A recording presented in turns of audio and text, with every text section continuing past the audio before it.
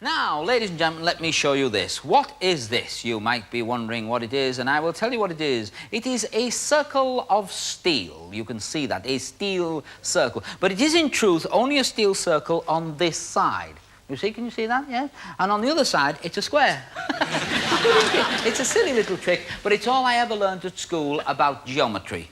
Because, you see, circles and squares are all about geometry, and I'd like to show you how I progressed from the little steel circle to this over here. A geometrical type of illusion. In fact, a very exciting illusion.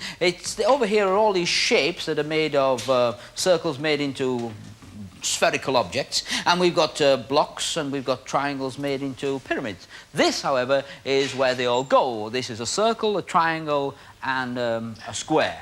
My geometry master would be proud of me remembering that. Now, of course, I do remember that angles are obtuse and some are acute. Here's something else that's cute. It's Debbie McGee.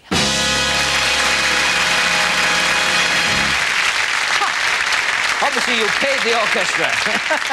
Put your hand up there, Debbie, that's the idea, and we're going to just fasten you in there. Not only do we fasten her hand in there, we fasten her legs in as well, using these shackles on the floor of the cabinet. Once we've got her into there and fastened there, we fasten the other hand in, making it virtually impossible for her to move at all. In fact, it's probably safer if she doesn't move, because look, where she is at the moment, you can see in the centre circle is her, well, up here's her head and shoulders, and down there are her feet. It's best not to talk about the bit in the middle. And if I turn it back again like that, wiggling it. Now, if we just turn that back there like that, it's best that she stays exactly where she is, because the initial spikes that I place in, of course, will travel around her. Now, if I put that like that and just that in there, I want the people at home to be able to see this. So if I turn it sideways like that for the camera over there, you'll be able to see them coming out the other side.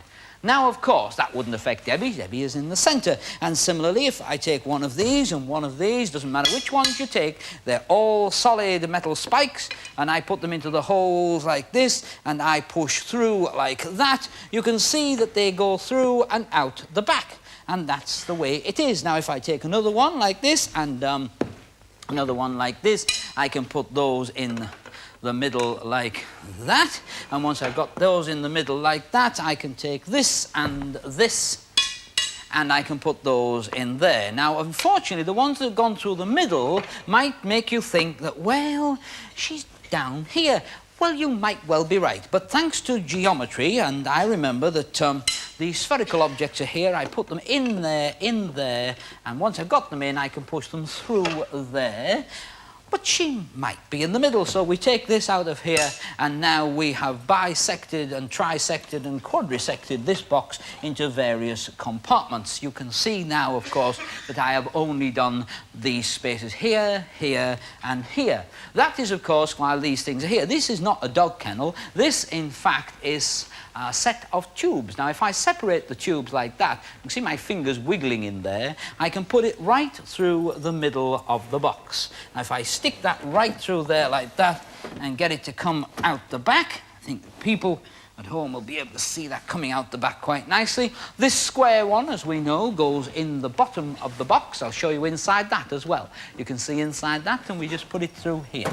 Now, once we've got it in there, we can just push that through like that. If I just get that in there, and once we've got that in there, it only leaves me to put this one in here. This is, of course, the last of the tubes, and they're all solid metal tubes.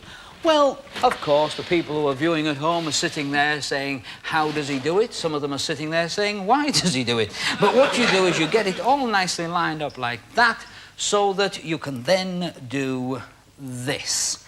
I'm now going to take this and show you as every way I can right through and around and under this particular cabinet. This is a flaming torch, and this ignites those two, and that ignites that one. You can see right around, right through the middle of the tubes there. Some people, of course, still do not believe that they can see through everything, so we have these three left. 3 more triangles made into pyramids. Solid rods, and you put one in here, And when you put it in and it goes through and out there. This goes in here and it goes through there and out there. And this goes in here and through that side and out the other side, like that. And if you think she's just sneaked out round here someplace, I'd be delighted to show you right round it, or right through it, and all the way around it like that. It's called geometrics.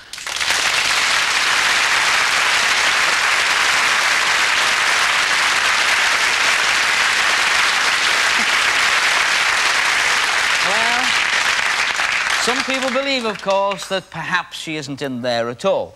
But for those who are in the studio who can see there are no trapdoors or used whatsoever, I should like to just prove it to the people at home by removing the sticks slowly, one at a time.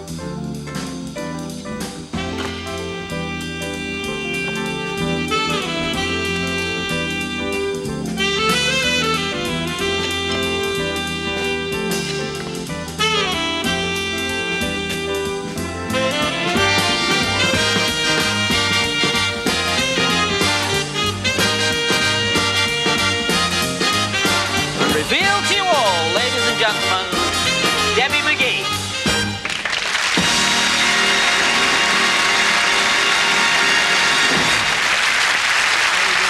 Thank you. And that's matter magic.